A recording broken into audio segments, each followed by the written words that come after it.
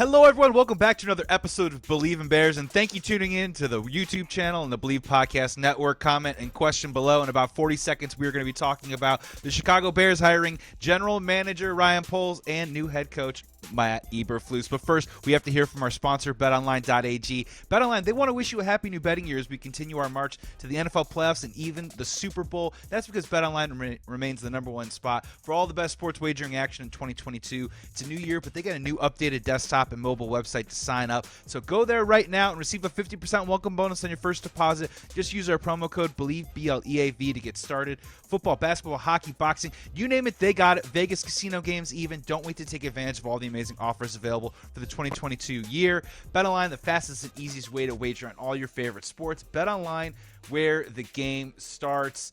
Ladies and gentlemen, thank you so much for coming into the pod. We got a lot to talk about. We are in a new era here. I am decked out in my Bears gear today because we are making a brand new chapter. George McCaskey, Ted Phillips, and the Chicago Bears, they just said to everyone, the fan base, they said, you know what? We're letting Ryan and Matt go, and we're bringing in Ryan. We're bringing in Ryan and Matt. We're bringing in We're bringing in Ryan. Same and Matt. names. Right? Yeah, we got plenty to talk about. Let's first say hello to our former Bears defensive end, my co-host, Fox 32 Chicago's very own Corey Wootton. What's up, Corey?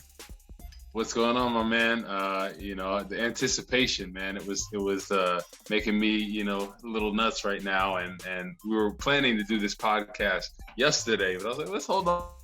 It ended up working out so we can give you our reactions to everything. And I'm kind of glad they, went through the process and picked the coach and the GM and the whole bit. So we're going to dive into that in a little bit, but I'm excited. I'm excited for the future.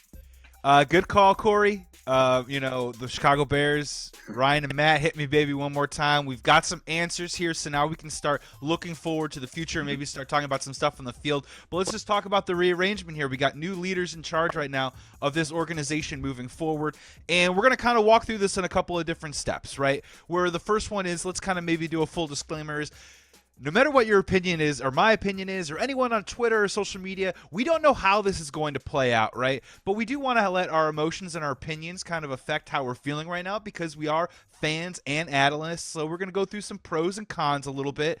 Let's start first with the head coaching hire, the big news of the day here on Thursday. Matt Eberflus, defensive coordinator of the Indianapolis Colts, is now the head coach of the Chicago Bears, a man from Toledo, Ohio. He's a former linebackers coach. And Corey, learned at the knee under the tutelage of not just Rob Ryan, but your man, Rod Marinelli, who's already out there talking about good things about him and what he comes from in his background, the 4-3 defense. Corey, your reaction to Matt Eberflus as the Chicago Bears head coach. Are you surprised? You feel good? Give us how you feel, man. So I was a little surprised because I thought they were going to go the offensive route, like an offensive-minded head coach. But the more, I'm hearing about him, the more I'm researching about him, because I've known about him, what he's been able to do in Indy. And then, hearing Rod Marinelli on 670 The Score talk so highly of him. That's a guy that I always talk about. Rod Marinelli, one of my favorite coaches out there, gets the best out of his players. And Eberflus is the same type of coach. Sean Lee, has the linebacker that played for the Cowboys for 11, 12 years in the league, was a Pro Bowler, had said he was one of the best coaches I ever had, his attention to detail, getting the best out of players. And it made me think that's the same as Rod Marinelli. And you look at when this Bears defense was doing the best in Chicago, right? It was when Lovie and Rod Marinelli were here. So maybe we could see a possible reunion, maybe, if Rod Marinelli, because they coached together in Dallas, and now Rod Marinelli, the situation for the Raiders, right? So he could potentially be a coordinator or a defensive line coach for the Bears, which I would love to see him in some capacity. And people were even talking about possibly a Lovie reunion as the coordinator. I don't see that. I don't happening. know. The dude was the head coach, right, Corey? You can't come back to the organization in a lesser role, right? That's weird, right? But I think Chicago would open him. Would welcome him with open arms, just because the defense was so dominant in his tenure. And sometimes I wish there wasn't such a stigma with that, being a head coach and getting fired and then possibly, joining the team again in a lesser role. My thing is like this: if you can help a team win games, but that might be something that potentially wouldn't work out. But Marinelli situation would be interesting. But yeah, you look at Eberflus when he was in Indy, since he's been there as a coordinator, top 10 and taking the ball away, right? And Vic Fangio when he was for the Bears, and Rod Marinelli, Lovie, we were really good at taking the ball out. So if we can get back to that, and the big thing, what do we struggle with this year, right? Attention to detail, discipline, gap assignment. That's what Eberflus stresses. Sean Lee said that countless times in an interview. He's attention to detail. He's going to hammer this. You're going to see it a million times. You're going to go through it a million times, because at this stage in the game at the NFL, guys, the physical, the hitting, they don't need to do that. It's all in between here. And I think that's what we need going forward, is a coach that really stresses discipline, because the Bears team under Matt Nagy was very undisciplined at times. So if we can get back to the more disciplined ball club, I think that would be huge. So I'm just hearing great things. I know Greg Gabriel said online that Chris Ballard and Rod Marinelli spoke extremely high of him. And I think that's great praise, because they're both two great, brilliant football minds in there. So I'm excited. You know, I think the biggest thing is who's going to be the coordinator going forward offensively. Mm-hmm. You know, I think defensively, I think he'll have that locked in. I think he'll pick a great choice for that. But who's going to be the offensive coordinator? And you know, I'm kind of hearing some whisperings, possibly Clint Kubiak. Mm-hmm. You know, that's an interesting one, because you know, people say, oh, well, the Vikings, they didn't turn the ball over much at all as far as interceptions. And you talk about a young quarterback, getting him going, Justin Fields, and having him protect the football. The Vikings had a couple games where they had, I think, 5 games over 400 yards passing, I believe. And yeah, taking care of the football. So that'd be an interesting one. And then my former college teammate, Mike Kafka, from I was gonna say, Wildcat. Yes, and I'll tell you, one of the smartest guys as far as X's and O's, understanding defenses, understanding the breakdown of an offense. And you know, I've heard that he's continued to rise up in the ranks, obviously in the league and under Andy Reid. You know, I think the crazy part is he was a year into coaching, was the quality control, and then they promoted him to QB coach right away. And Andy Reid drafted him in Philly, same year I came out, 2010. And then he puts him as his QB coach a year after first getting into coach. I think that's very telling about the type of mind he is. And I've heard great things about his development with Patrick Mahomes. So it would be very interesting. And the connection with the GM, Ryan Poles, knows Kafka. So yeah, I think that would be a very interesting take. You know, I think some people might scrutinize it because he doesn't have that experience yet, calling the plays. So, you know, but I could see, you know, I know he's hand in hand there. I think he has the intelligence. He's learned under Andy Reid. So it'd be interesting, you know, possible candidate. Yeah, in terms of the candidates right now that they could be contacting for OC, the list is actually pretty impressive. If it's cool, real quick, I want to rope back to the defense for just one moment, because you brought up a couple of really interesting points. The first one, in terms of Eberflus, congratulations, John Fox. You were still the only head coach in Chicago Bears organization history who's had pre-existing head coaching experience. So we're keeping that going. He's another first-round guy. You mentioned about the Lovie Smith thing, and my take on that, and this is a criticism I think on George McCaskey and Ted Phillips more than it is Ryan on Poles or Eberflus or what's going on today and right now. But it is really ironic, Corey, that, and you were on this team, that go back to that era, right? Lovie Smith wins. You know, Lovie Smith misses the playoffs. They fire Angelo and they bring in Phil Emery. They get rid of Lovie Smith after he wins 10 games. And in that process, when Phil Emery comes in, we lose Chris Ballard because Chris Ballard goes to the Indianapolis Colts. Fast forward, 2 offensive gurus and 1 guy who's been to a Super Bowl later. Here we are again, Corey, talking to Chris Ballard, someone who knows and has worked with Ryan Poles in the past, someone who was obviously Eberflus's boss and hired him. And now we're going back to bring in a coach who, as you mentioned, loves loafs, loves takeaways, I believe Yeah. over his last 4 years, he's gotten over 20 takeaways from his Colts defense last Yep. 4 years, which is impressive, more than the Bears have Yep. actually done in the last 4 years. Their defense was 30th ranked overall when he came in. He got them into the 8-10 range.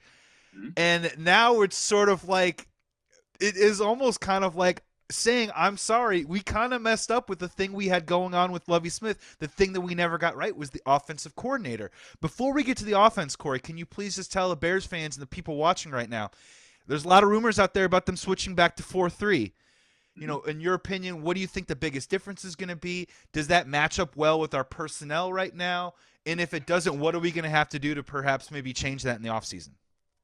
Yeah, no, I feel like we could do either or, in my opinion. I feel like Robert Quinn, I feel like he could play both a 3-4 or a 4-3. He Khalil did in Mack as Dallas well. with Rod Marinelli, Yeah, yeah. exactly. So he has that. It's the same type of defense, with Eberflus. So, I think if we bring back a guy like Akeem Hicks, I think he could play both a 3-4 or a 4-3.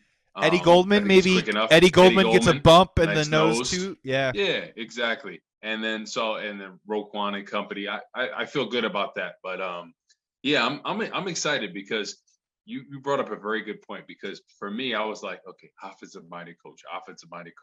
And I think that's a great thing. But when I look at the teams that were so dominant for years, like the Giants, you look at how dominant their defense was, and that really carried that team the years they won the Super Bowl. And I think, obviously it'd be great to have a great offense and this, that, and the other. The coordinator offensively is going to be huge. But if we can get back to being disciplined team defensively, taking the football away, really being the anchor of the team, that will make everything better for Justin Fields and company, as long as we have the right coordinator in place. And you brought up a great point. It baffled me after that 10-6 season. We started out 7-1, ended up, 10-6. Defense was top 5 defense. We were up there, I think, for a league record in takeaways for a season. Was it scoring, defense, you name it. And they fire him. I just never understood that. Just like Brian Flores, right? After a 10-6 season last year, a 9-7 season this year, when the quarterback situation was crazy, and he has the locker room, just like Lovie had the locker room. The guys bought into him, loved him, and then you fire them. I don't understand that, right? I could understand if you lost the locker room, like Matt Nagy did before he got fired, right? This season, he didn't have the locker room, right? All the reports about him and Allen Robinson and company. I think people, after he didn't relinquish the play calling duties, they were just like, I loved him, but for that, I can't rock with him anymore. So I understand that, but to get back to the Lovie play, I just never understood that, because there was such a great error in defense. And then the next year, we run the same system with basically the same people, with the exception of Brian Urlacher, and we go from top 5 defense to 32nd in the league, 31st, one of them. It just baffles me. And that's why, the Bears head coaching surge, from Trestman to John Fox, now to Matt Nagy, and now Eberflus. So I like this direction now that I think about it, because I was like, offense. No, get back to the basics with defense. Be the anchor of the team, and let's get this offensive coordinator, situation figured out, because I think that's the key with getting Justin Fields in the best place he could be. Yeah, I agree with you. I don't think they'll ever admit it, but I think this is pretty much saying we screwed up. Yeah. We screwed up 8 years ago. And Corey, look, I will say that when I got the news that Eberflus was going to be the head coach, I'll be honest with you. I find it to be I'm unenthusiastic about the hire. I just really am. But here's the thing, though, and Bears fans, I know you're feeling the exact ways that I'm feeling right now. Is it fair to say that, maybe boring is okay in this particular case? Now, we've been on this pod a lot. We talked a lot about Jim Harbaugh, right? And then you got a lot of reports about how Jim Harbaugh wanted $100 million. And now it looks like he's not even going to get the Vegas job, and he's going to go back to Michigan, right? They never even called Ryan Day. So for whatever reason, that never happened. And Sean Payton, my boy, my pie in the sky, is now retiring and moving on. I sort of want to think I was onto something there, but clearly it wasn't with the Chicago Bears. But, Corey, is it fair to say, I heard it categorized that hiring Eberflus today is like hitting a solid double. It's not a home run, but it's a double. And maybe that's what this Bears organization needs right now. And I'm looking at this from a simplistic view of, this isn't the most enthusiastic thing in the world. Sure, the Bears didn't go for the gold and maybe hire the flashy name. But now you have a defensive-minded head coach and you have a general manager who is an offensive lineman in the NFL. And Yep. when we're talking about Justin Fields, and this is kind of a precursor to this offensive coordinator conversation, is boring okay? Because Oh aren't yeah. those the two main foundations that might give him the best shot to succeed instead of maybe going out and getting a flashy wide receiver, or you know Yeah. you kind of see what I'm getting at a little bit? Exactly. And I think, people understand and they're looking at everything. They're looking at the Bears, polls and company like, okay, what can we do to build a good nucleus around this team, right? Stability, right? Mhm. Let's get back to that. Let's get back to that Lovie Smith type of Inside football. out, yeah. Yes, exactly. Attention to detail, gap discipline, assignment sound, everybody, offensive, defensive, right? Buy into the system, buy into it. That's what they need to, because the past few years, the first year, everybody bought into Matt Nagy and the system and everything he was preaching in this. The offense didn't woo you or wow you, but it was still better than it got over time. So I think after, he kind of lost the locker room, that's what it was. I think everybody bought in and then they didn't. So if everyone could buy into this, we get the offensive coordinator situation. I think the sky is the limit. And in my opinion, I was really looking at Brian Dable like, man, seeing Josh Allen, his progression and Mm-hmm. how instrumental he's been. I mean, Josh Allen, I was very unimpressed with him in seasons past. I was like, he's okay. Corey, You pull know, up his rookie numbers. They're almost yeah, identical to Justin Fields. It's pretty yeah. crazy. Like he threw 10 touchdowns, 12 interceptions. Justin Fields had 8 and 12. Their passing Yeah. yards are almost the same. Completion Exactly. almost the Like same. a mobile guy that you kind of didn't seem comfortable, right? With his reads, with the progressions, knowing when to tuck it and go. And then just seeing his progression, last season and this season for sure. I mean, he is going to be a rising star in this league for years to come. Seeing him in that game against Patrick Mahomes, two bright young quarterbacks going back and forth when the game's on the line. Josh Allen, scrambling on fourth down when he needs to get them, then completing it, 4 touchdowns to the same receiver. I mean, he just looked so comfortable in there. And everyone was saying, and he said it himself, that's because of Brian Dable. And I was just like, oh, this is a match made in heaven, right? Mm-hmm. We have a young quarterback in Justin Fields, similar to Josh Allen, very mobile, kind of unsure of himself in that rookie year. Look what he's done now. And I thought, oh man, if we could get him, Justin Fields would be like a Josh Allen, having that type of progression. But he still can. Is instrumental with the offensive coordinator. And now it seems like Dable's going to go to New York because the GM that was hired for the Giants was with him in the Bills. So I think that's probably going to be a fit.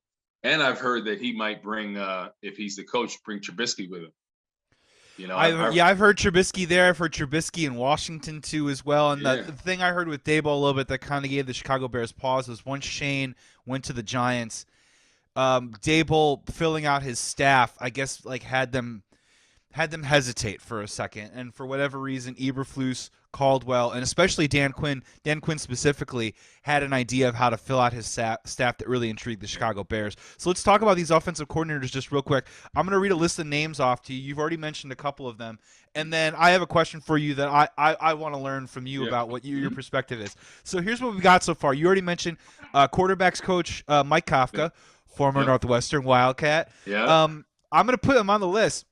I'm going to put Jim Caldwell on the list. I really am. I mean, if he's 67 and wants to work in the NFL and it's not going to be a head coaching job, what better way than maybe be an assistant head coach and just run the offense?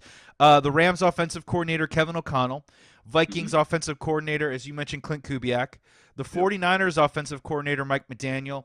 And then the Texans quarterback coach, passing game coordinator, Pep Hamilton, former with the Chicago Bears. You mentioned Kafka. Any of those other names kind of stand out to you? And can you talk a little bit about Kafka from the Andy Reid tree, guys like McDaniel and O'Connell from that McVay, Shanahan zone read scheme? Oh, yeah. Yep. What's the big difference? Do you like one maybe more than the other for Justin Fields, and could that maybe tip the scales of where the Bears should go? Yeah, I like the zone read scheme for him just because of his ability to use his feet. I think that fits best for him. I think that's where he could see the most growth from that. I think that's where he really shines. I think in my opinion, I'm really intrigued by Pep Hamilton, right? Because I look at his success with Andrew Luck, and a younger quarterback getting him going. I know Andrew Luck was pretty NFL ready. But that really intrigues me. I think out of all of them, that's the one I could see landing there, and I would love that. What do you feel about that? I mean, Pep Hamilton's really interesting to me. I don't know a lot about each of these guys, right? But of Hmm. course, when we're talking about these offensive coordinators right now, and this is kind of one of the cons when people bring up Eberflus, Yeah. is it doesn't solve the question of how do we develop Justin Fields. Hmm. We've just picked up Eberflus, but that question still remains. And with a lot of these guys, the offensive coordinators of the moment, the Brian Dabols, the Yeah. Byron Leftwiches of the world, they've already graduated to head coaching candidate positions. So Yep. these guys are dudes that I'm kind of really curious. The Pep Hamilton one really intrigued me because he was already in the organization. We didn't really want to let him go, but he moved down to greener pastures. Yep. And then the other ones are Kevin O'Connell and McDaniel, two Yeah. guys that are going to be involved in football this weekend Yeah. because both of them are guys who have head coaches who already call the plays. Now I know you're screaming Matt Nagy, you're thinking about it, Yeah. but those two guys are coming from a system that I'm intrigued by, and they can come to Chicago, run their own system, run their own thing, call their own plays, and then of course if it's successful, they go off and then they become the Yeah. head coach in two or Yeah. 3 years somewhere else. But I'm Right. kind of curious. Do we go back to the Andy Reid thing? Is that what's best for Justin Fields, or does it really matter like necessarily what they end up doing there? Yeah, I think it does matter, and you brought up a good point. Both of those coordinators that you talked about aren't calling the plays for the Rams or the 49ers, right? And that worries me, right? Yeah. That's why Kubiak and Pep Hamilton are my first picks. I think Kafka, being our relationship, knowing him and knowing what people say of him, I'm hoping that it would pan out. But that is a risky. That's a high risk, high reward thing. So I think Pep Hamilton, or Kubiak, I think those are safer options. They've proven themselves as play callers. Kubiak really intrigues me, just from learning under his father, and this past year really getting that offense going. Kirk Cousins not turning the ball over much. Even the backups that were in there when he was hurt didn't turn the ball over. I think in 60 attempted passes. So I Mm. think that's very telling, and protecting the football is going to be key for Justin Fields going forward. So I'm just a little weary of the guys that aren't the play callers, because it always looks good on paper. It looked great for Matt Nagy. Oh, he's under Andy Reid. This looks great. They won a Super Bowl, this, that, and the other. But he wasn't calling the plays, right? So, yeah, I think, a lot of Patrick Mahomes' development was through Andy Reid. You look at Andy Reid's track record, right? What he did with Donovan McNabb really turned him into an elite quarterback. And then I brought this up. Alex Smith comes from San Francisco, thrown to the side for Colin Kaepernick. Alex Smith's a game manager. He cannot do this. Then he comes in to Kansas City and is a 3 or 4-time Pro Bowler, leading the league in passing yards, passing efficiency. Really has that offense going, right? And this is a guy that everyone said, oh, he's going to be either backup or game manager. So that's the Andy Reid effect. That's what I'm hoping. A different coordinator can elevate a guy like Justin Fields' game like that, because like I've always said, there's certain people that can play in any scheme. It doesn't matter. And they're going to ball out, right? That's like a guy like Tom Brady right now at his stage in the game, a guy like Aaron Rodgers, a guy like Drew Brees when he played. Those are guys that can play in under any system.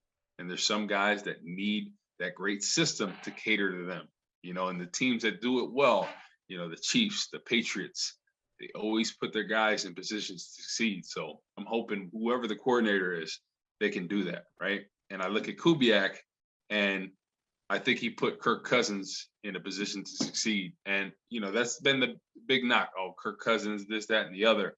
But, turning over the football, that's something that they didn't do in Minnesota, especially with interceptions. It's tough, right? And this is going to be a huge hire. Just as Yeah. important as hiring Eberflus, and just as important as it is putting Poles in position, is this offensive coordinator has been just it's been a cursed position for the Chicago Bears for so long. And you're so right too, because man, there's three outcomes, right? One is the Matt Nagy outcome. Never called plays, but came from a system, and everyone's stamped and signed off on him. It didn't work out. And then you've got the Eric Bieniemy, which unfortunately it seems like the stink of Matt Nagy will never give him some sort of opportunity Exactly. now. And no one can figure out for the life of them whether he really is calling plays or whether it is Andy Reid. And then you have door number three, where It does work out. Where the Matt LaFleur's, the quarterback coaches, and Yeah. that live that under the tutelage of Kyle Shanahan eventually move off, and then they do become good at calling plays. Whether we know whether that's Nathaniel Hackett or not, who's now the new head Yeah. coach of the Denver Broncos, we won't really know, Corey, and that's what's so difficult. And they have to get And this you have right. Aaron Rodgers that you could call like the worst plays in the world, and he'll make something out of nothing. So I think that's very telling. Do you think he drew up that play to Aaron Jones on that breakdown before the half against the 49ers? No, exactly, man. You're right, man. And it's just it's a huge wait and see. I understand if Chicago Bears aren't exactly like jumping up and down right now. I'm excited to hear the guy talk, right? I mean, not to say that he's going to sway me, really one way or the other. And I'm with you though. Pep Hamilton would be interesting too, because I would be interested to see them interview some people outside of the comfort zone of the circles that they run in. If we looked at it, we can go back a couple of months now. Trace Armstrong, could he become the next president of football operations with the Chicago Bears? Was he meeting with the Bears? Well, you know what he probably was doing? He was giving them intel about his clients, Ryan Poles and Matt Eberflus, who was both represented by Trace Armstrong, right? And these kind of circles, you begin to realize Poles and Eberflus kind of sort of knew each other through different channels. Onward and so forth. I think Pep Hamilton would be nice to kind of maybe, I don't know if they have any connections, right? I think it would be cool if they maybe bring someone in from the outside, maybe kind of push themselves outside of their box a little bit, try and adjust, see what's out there. No, I would love that. I think a lot of Bears fans are just kind of unsure like of Eberflus, and because he wasn't the hottest name like you had talked about earlier. It's a weird name, Corey. It's a weird name to say too. I hate to be like shallow and glib about it, but yeah, Eberflus. When you imagine the Lombardi Trophy being passed over, like is it Eberflus? But look, that's such a it's a knee jerk, it's a shallow thing, but I think it's also fair for Bears fans to be skeptical, right? Though, Corey, I mean. Yeah. We've been sold this for a couple of different regimes now, and you were part of the last one that actually worked. And dude, that was 8 years ago. Yeah, it's tough, and I know that the fans, they want instant results. And I'm thinking about it more. I think this was the right selection, right? Because we talked about it being more disciplined. Bears are one of the most penalized teams, right? Defensively, we had all the people to ball out and finish like a top 10 defense. And we weren't able to do that, even when Keem Hicks was healthy, Khalil Mack, because of the attention to detail, the discipline, right? And this starts Chicago football. I don't care what anybody says. It is a defensive city. And that's how you build a fan base around that, right? Obviously, we want to see Justin Fields do well, and he will if we put the right coordinator in place. But it starts with defensive football. That's how you win games in this league. And yes, it pays to have a great offense, but defense wins championships. It does. You got to have a great offense, but the defense is the foundation. It's the anchor of the team. That's how it always been in Chicago when they've done well. And I think that's the name of the game in Chicago. That's the name of the game in this league, right? You run the football, you play great defense, and you protect the football offensively. That's how you win games, especially playing at Soldier Field, cold weather football, especially November on. That's how you build around this team. And I like the hire. I just need to see the coordinator. And then if the coordinator is 2 thumbs up, then I'm clapping. This is a great pickup, because I just don't want to have a situation where we look, 3 years from now, 4 years from now, we say, oh, there's another Mitchell Trubisky incident, because we didn't have the right offensive coordinator to help develop him and put him in a position to succeed. That's what I'm hoping, because that'll be a tragedy, because Justin Fields is a talent in this league. He should be a perennial Pro Bowler. He should be a guy that is on the NFL, ESPN page, doing highlights, this, that, and the other every week. I mean, he is a show. He is like a Michael Vick type. He's a Lamar Jackson. He can throw better than him. But I'm just hoping that we can do that. So that's going to be interesting. If offensive coordinator is good, this pick is 2 thumbs up.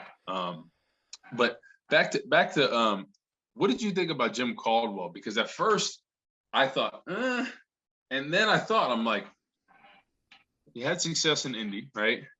Baltimore, he had some success. In Detroit, that's impossible to win. Yeah. He made 2 playoffs and he got fired in 3 years. Because Does it? again, it's this it's perception versus reality, Corey. And like I'm sure as a former NFL player, you shake your head at that because you know what it's like in between, the hashes and the white lines, and what matters is wins and what matters is Yeah. results. Jim Caldwell's done that, right? Now look, Yeah. he's 67. So hiring him as the head coach, that was probably the only thing that I was kind of pausing with is, so you're telling me that he's going to be 71, 72 years old when we gave Justin Fields a $180-200 million contract.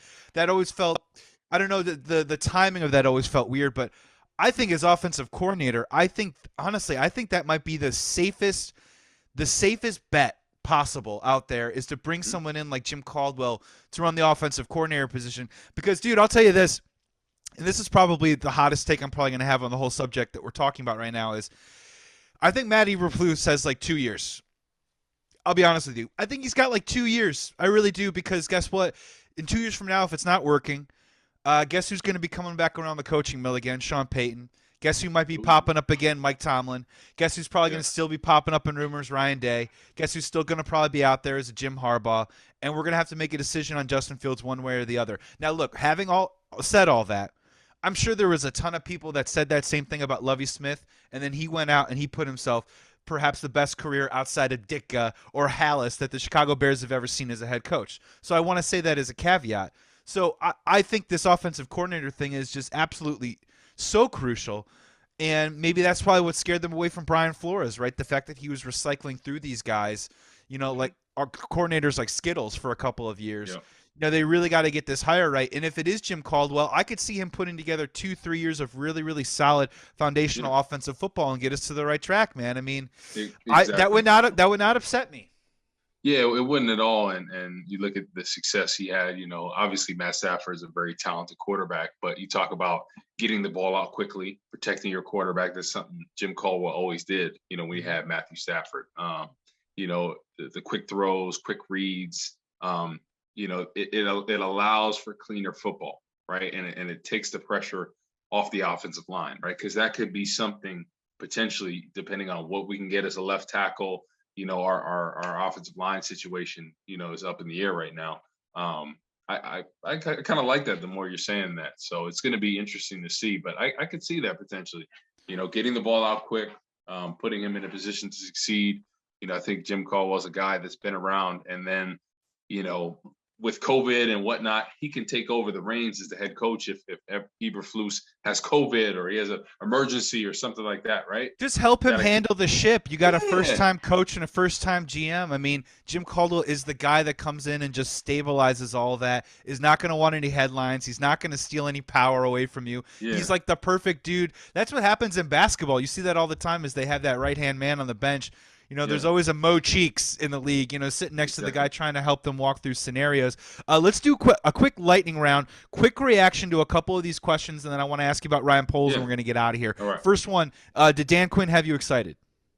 No, Yeah. no, he didn't have me excited. I like what he does defensively, but yeah, there's something about the way his tenure ended in Atlanta that kind of rubbed me the wrong way. They weren't they It's weren't playing intriguing. for him. They weren't playing for him in the Exactly, end. exactly. Yeah. And I think that's very telling because you look at Lovey's tenure, and I always bring this back to this, but guys respected him. Even the years we weren't winning, our record, people played for him, to run through a wall for him. And that's a true sign of a locker room that respects their coach. And that's what you saw with the Bears.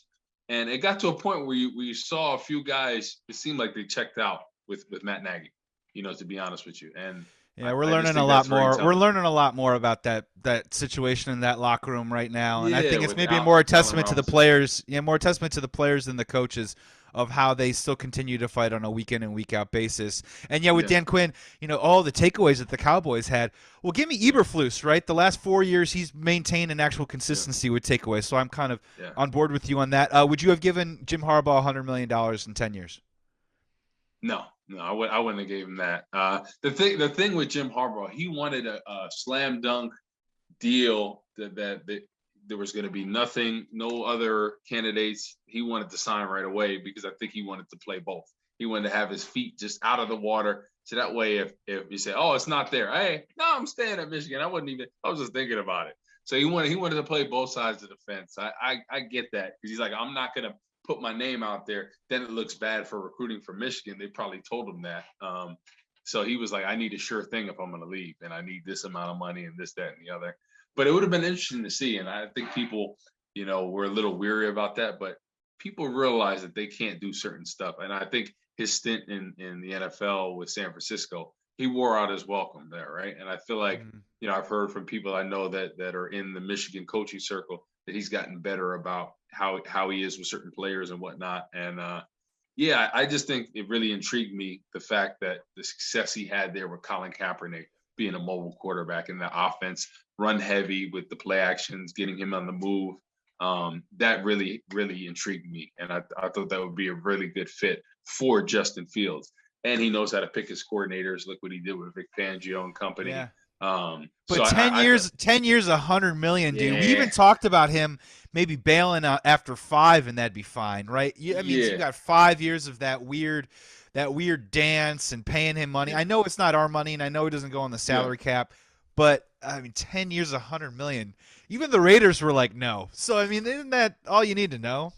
Exactly. But yeah, I just thought, because he's had the experience, being a head coach, and that's half the battle. I think Matt Nagy's biggest problem was he didn't have enough experience of managing an actual game, and then managing, the offensive calls, working with the defense and special teams. There were certain situations where he had to take a timeout where, like you said, like he didn't have that right-hand man in his ear saying, okay, let's do this, let's do that, right? Every good head coach has that, right? And he didn't have that. So I just think it was a little bit lack of experience, and him not having the right people, right? It's all about having the right staff with you, right? That can enhance your career as a head coach and your success, or that can really damper how you do. And I think it's going to be interesting to see, once the coaching staff gets set. I would love to see Marinelli as D coordinator, or Lovie's not having it, but Marinelli, I would love that, right? Because I think that the Bears, he loves pass rushers. Khalil Mack, Robert Quinn coming off one of his best years. He coached Akeem Robert Hicks Quinn. now back on the Akeem table, possibly Yeah, coming Akeem back. Hicks. And then Marinelli would probably try to get a great rotation. We got Travis Gibson in there. He'd probably try to get one more end and another defensive tackle, a 3 technique that can penetrate. Do you think Nichols can play nose, right? In your opinion? Yeah, Nichols can play nose for sure. Yeah, but I would like one more inside pass for a guy, maybe a younger guy, or guy coming off his first contract that kind of flash here and there, that just needs the opportunity, because Marinelli gets the best out of his players. And I think he can have a guy that maybe people is under the radar, but he shows his get off and things like that, and he kind of tinker that. Look what he did with Henry Melton. A guy that was running back out of college, gets drafted to the Bears as defensive end. And Marinelli's like, no, you're not a defensive end. You'd be better inside as a 3 technique. And that was the best thing for his career. And unfortunately, he got the ACL. But if he didn't have that ACL, I think he would have been a perennial Pro Bowler in this league, having, 7 to 10 sacks a year. And Marinelli saw that in him, So, you look at a guy like Max Crosby, too, from defensive end. And, Marinelli, has raved about him, and Max Crosby was doing well before Marinelli. But I just look at the difference from him this year from any other years. I mean, he's been in on every play, and it's all about effort, second, third moves. And there's definitely been a difference since Marinelli has coached him over there. He's always been talented, but I just see a different, like he's unblockable at some points, just because of that relentless motor. And I think that's something that's missing with some coaches, right? Because people are talented, but the coaches that stress that motor, and then the fact that you want to play for a guy like Marinelli and run through a wall. I mean, Max Crosby, seeing some of his highlights, he didn't have, the most sacks in the league. I think he ended up with 8 or 9. But I mean, honestly, he probably should have had 20. I mean, he was close there every time. The pressures, the hits, the hurries. It was just impressive. And I think he comes here, Marinelli, he could do the defensive coordinator and the defensive line, really get them going. Maybe they could lead the league in sacks. I think that would be a match made in heaven, in my opinion. You are bringing up something that I heard Alex Brown echo earlier today, and he said, remember when you were watching the Chicago Bears this year and you actually saw Robert Quinn chase down running back running backs after particular plays. He says that's Rod Marinelli, and he's like, if you now with Eberflus, you should expect to see more of that, and that's that get out, all hustle. You can always strip the ball from behind, and that's kind of something that they lost, and that's something that Rod Marinelli preaches and teaches. A couple things before I forget. You already mentioned it. Eberflus is also taught under different defensive schemes, Bear fans. So he's not going to be just tied to one thing. So he's going to be able to adjust. And we're curious to see who he keeps. Yeah. Does he keep Sean Desai as his defensive coordinator, or does he move on from someone? The other one is I actually forgot someone as a candidate for Bears offensive coordinator, passing game coordinator from the Eagles, Kevin Patullo. I just want to put that out there so Bears fans can keep an eye on that. My final one for you, Corey. Let's just talk about our general manager. He's younger than me. He's a young man. You old, man. I know. They have to carry me into this chair. But yeah, 36-year-old Ryan Poles. He's got me by about a year and some change. Boston College guy, offensive lineman, undrafted, had a cup of coffee at the Chicago Bears, didn't make it. I just want to get your take on him. I mean, we don't know a ton about him, but man, this was a guy who played in the trenches, right, with you. Obviously, opposite of you. You were defensive lineman. But I mean, do you just have some natural respect for that guy before he even kind of walks in and takes the job from his background, where he's coming from, and what do you expect from him? I think him being climbing the ladder so high, being so young, I think that's impressive. Him being with the same organization through two or three different GMs is very telling. Pioli, Dorsey, and the guys they have now. Yes, exactly, and all of them spoke very highly of him, right? Brett Veach. Supposedly Poles was his right-hand man, responsible, helping him with Patrick Mahomes. He was instrumental in that. And the Andy Reid, signed off on him. I mean, there's so many people signing his praises, and I know he's young and not a lot of people know about him, but I think that's very telling that such a young guy was able to get multiple GM interviews besides just the Bears. He was the finalist for the Giants, the Panthers, and the Vikings. Yeah, exactly. So I think that's very telling. And sometimes with the GM, it's tough. The younger guys that haven't established themselves, that haven't had a GM tenure before, or being in the league for 20 plus years. But I think he's a rising star in this league, and the more I hear about him, the more people signing off on him, singing his praise. I think it's going to be a good fit. That's what you always want. You want the young, bright minds in football. And think about it: if everything goes well with this tenure with coaches and etc., he could be here maybe for the next 20 years. That would be a great situation if we could have the same GM here, and then keep a head coach for a while. If Eberflus is the guy, him be here for the next 10 plus years. And then we build around him, and then the defense is set, and it's all about the offensive coordinator. So I really like him picking the defensive-minded head coach, because I think that's back to the fundamentals of Chicago Bear, monsters of the Midway, how you get the fan base, really excited. Yeah, Justin Fields has to perform well. And I don't think it's about him lighting it up. I was thinking too, I would love Dable, and I would love this and this. Yes, that'd be great. But Justin Fields doesn't have to light it up. All he has to do is flash a little bit here and there, right? Run the football with David Montgomery, Khalil Herbert, right? Work the play action. Give him some of those short intermediate throws. Get his confidence up, right? And then once he does, then we'll open it up a little bit. But he doesn't have to be a Pro Bowler next year, right? It's all about him getting confident, him taking care of the football, and us playing good defense. Yeah, there's a couple things that I really want to see from Ryan Poles. The first one is just obvious through his offensive line background, and what the Chiefs done last offseason with their offensive line is I want him to target that. Now, I'm not saying go out and break the bank. I mean, you can break the bank for one guy. I think we do need to try and figure out a way to have some prudent moves to get our salary cap back in shape a little bit. Don't kick any money and restructure any money into next year. Yeah. Kind of keep that as clean as you possibly can, but address that offensive line. Almost address that offensive line, draft, free agency, whatever it is. I do like the fact that the Chiefs haven't had a lot of first-round draft picks in 4 of the last 6 years. The Chicago Bears don't have one this year, so he should be at home. The second one is, to be honest with you, and look, this doesn't really come down to the job. I just want him – he's got to talk more. I mean, I'll be honest with you. He's got to address the media, the fan base, even if he gives us – lame answers. Lovie Smith was never the most quotable person in the press conference, but I think our general manager, Ryan Pace, was very adamant of he would either talk to the Chicago Bears website, which no one ever looked to, and he'd talk at the beginning and he'd talk at the end of the year.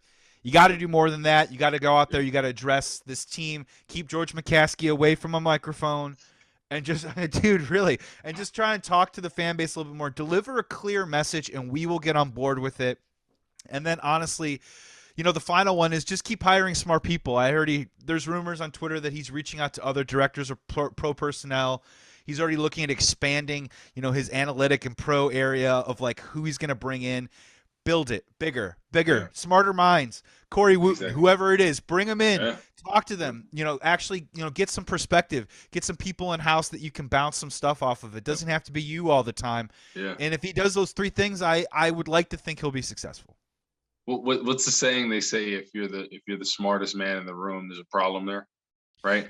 So if you're the smartest man in the room, you're the fool, or something like that. Something like that. So I mean, it's basically saying, bring smart people around that's smarter than you, and they can teach you. You can learn from them. You can grow. Like there's people in this league that have been out of the league. Bring a guy like Jim Caldwell. If you don't want him as a coordinator, bring him as some kind of offensive, some kind of position in there where he can mentor, where he can work with a guy like Justin Fields, offer his advice to Eberflus, stuff like that. Like that's a no-brainer. A guy that has been in the league as a head coach, he could be valuable for this franchise. So things like that, having intelligent people that have been there, that been in these positions on some other role, if they're not going to be the major roles, right? Because I'm sure the people that have been sitting at home, haven't been working, they're looking for something to do. They love football. They're football people. That's why they're coaches. That's why they're involved in the front office stuff, because they want to be around football. So find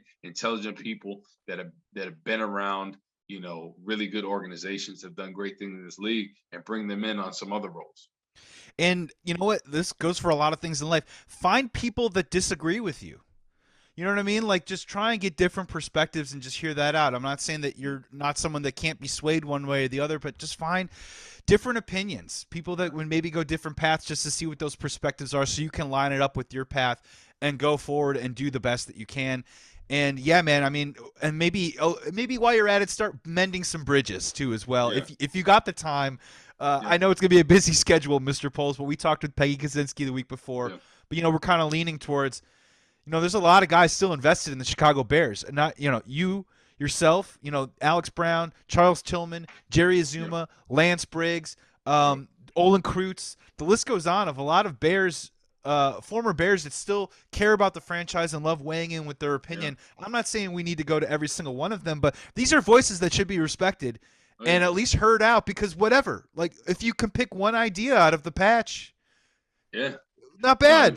That would be awesome. But I think as far as free agents and positions that we need to focus on, I couldn't agree with you more. The left tackle, that's number one. Money. I think guards, we can figure that situation out, right? Wait, quick question. Left tackle or a center who can help with checks at the line of scrimmage for Justin Fields? What do you think would maybe be a better spend? Left tackle, 100%. Okay. Because you look at Andrew Whitworth going to the Rams, right? Later in his career, everyone says he's older, he's this. Look how well that's played out, right? For Trent Williams, 49ers. Trent Williams, right? Yeah. A guy that was kind of, coming off, and they're like, oh, he's kind of hasn't been the same, this, that, and the other. Been a great pickup. So maybe a guy that's maybe a little bit older in terms of football, but still got a lot of left in the tank, Or we could possibly potentially draft somebody or trade in the draft, but we need to secure this left tackle position. I think that's first and foremost. That's where we have to put all the money, all the attention, if we need to use draft picks for a left tackle, right? And then I think, wide receiver. I think, it's going to be hard to get a true number one this year, in my opinion. I think a number two, somebody that can complement a Darnell Mooney. Maybe bring a guy like Goodwin back again. Have a true number two, right? And I know we were looking at Michael Gallup and he had the ACL, but hey, maybe throw some money on him at a prove it deal, a 1 year with an option, to have a 3-year deal if he proves himself. He's a smaller, lighter guy. I think the recoveries, look how it worked out with Allen Robinson, right? And I think Allen Robinson would have continued to get better in the Bears franchise if it wasn't for the rift between him and Matt Nagy, right? So maybe you have a guy like Michael Gallup on that same kind of thing. You know, you get a prove it deal, potentially. So I think that could be something very interesting because I don't think he's going to get a lot of money coming off an ACL, in my opinion. But yeah, there's Christian Kirk, like you said, that could be a potential option. And then defensive back, we need another safety. We need another cornerback. I think we can potentially do that in the draft, get a under the radar guy potentially that can play, maybe from a mid-major or smaller college. Look for slot corner, maybe give Thomas Graham a bite at the apple, see what he can do with it. I mean, a lot of people are already saying Kyle Fuller's going to be back on the street. Could he maybe – Bryce Callahan's going to be a free agent. Adrian Amos is going to be a free agent. There's a lot of former Bears from previous successful defenses that you can maybe bring back possibly on the cheap. And, man, look, it's going to be a lot to talk about. Ryan and Matt are our football guys. Yeah. Again. But that doesn't mean that this offseason is going to be any less dour. It's going to be, if anything, way more interesting than it's ever been before. And Corey, that's what we're going to do here on Believe in Bears. I think that's going to do it for this episode. I want to leave a little meat on the table because we're going to come back next week. I think we're going to have a really special guest joining us to break down some stuff, so we're going to see what happens there. But yeah, Corey, man, today's episode of Believe in Bears was brought to you by BetOnline.ag. 50% welcome bonus on your first deposit when you use promo code BLEAV, BLEAV. If you check this out on YouTube, thank you so much. Like, subscribe to the BLEAV Podcast page, throw a comment or question down below. We'll try and get back to you and stir up the conversation. Bears season's over, but there's plenty to talk about, Corey. Until then, man, bring us home on another great pod. Yeah, man, I'm glad we finally got the GM and head coaching situation figured out. At first it kind of took me a little off guard, but the more I've been researching about him, the more I'm hearing. I really like it, getting back to the fundamentals of Chicago Bear football. Great defense. Hopefully we can get that offensive coordinator in mind that's going to help Justin Fields' career. And like I said, he doesn't need to light it up. He just needs to be able to control the game, use his feet, complete these passes, and just limit his turnovers. Great defense. So I'm looking forward to it. I think, in the next couple of weeks, we're going to have an idea about the staffs that are going to be coming in and whatnot. So, hopefully we can talk about that. But, yeah, we finally got that out the way and excited for the future of Chicago Bear football. This year has been tough, and I think all us and the fans included are excited for a better year next year. So I think they're reinvigorated. Anytime there's a new coach in there, they're excited about what the future brings.